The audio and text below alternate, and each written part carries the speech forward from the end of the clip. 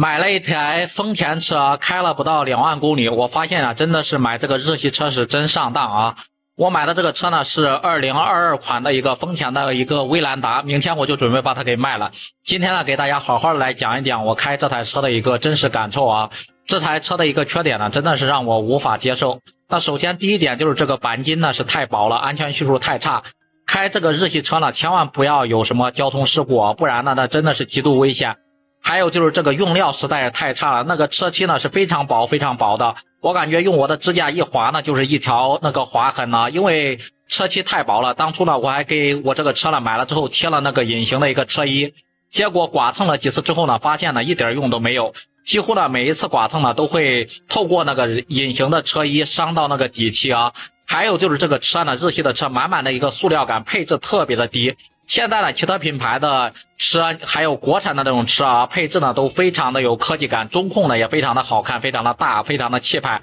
还有就是其他的一个电器元件也好，用料呢也都是非常的足。就是这台日系车的一个配置实在是太低了啊！指针翅的一个迈速表，还有就是那个只能听电台的一个屏幕，真的是一点体验感都没有。这个配置真的是不像一台2022年的一个车，像是一台15年之前的一个车，我感觉都应该被淘汰了。那第二点就是底盘呢特别的不稳，跑高速呢发飘，而且呢那种胎噪风噪太大了啊！一旦车速呢超过80迈以上，那个噪音大的就像没有关窗户一样啊！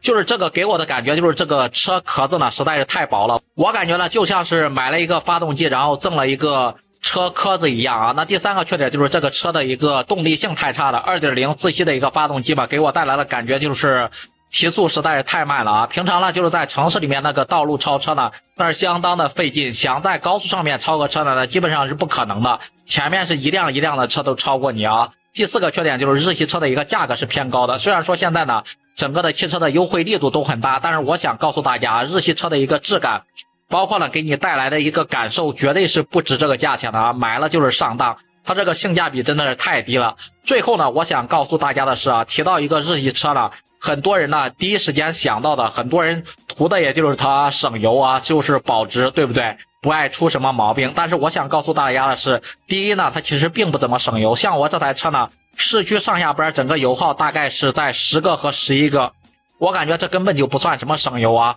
还有就是不爱出毛病的一个问题，不得不承认啊，丰田的一个发动机，它那个技术呢真的是非常成熟，但是因为这种自吸发动机的一个构造太简单了，说句大白话，就是这种发动机呢，它都是已经过时的一个玩意儿。任何一家品牌的一个发动机呢，都可以做到这种程度。现在的车呢，大部分都是那种涡轮增压的一个发动机嘛，日系车的这个配置实在是太低了啊！简单来说就是里面没有什么电子器件，什么都没有啊。当然了，不爱出毛病是因为它没有地方可以坏啊。再说说这个保值的问题，我可以负责任的告诉大家，日系车呢其实并不怎么保值。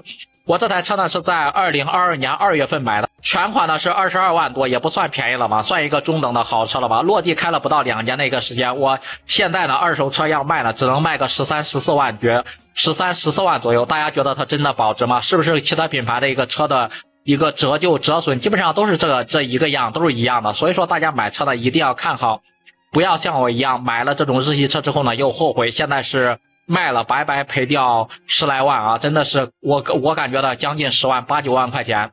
我想问一下大家如果买车还会选择日系车吗？大家觉得日系车真的好吗？这些问题你们都遇到过吗？也欢迎在评论区里面多多留言，多多讨论。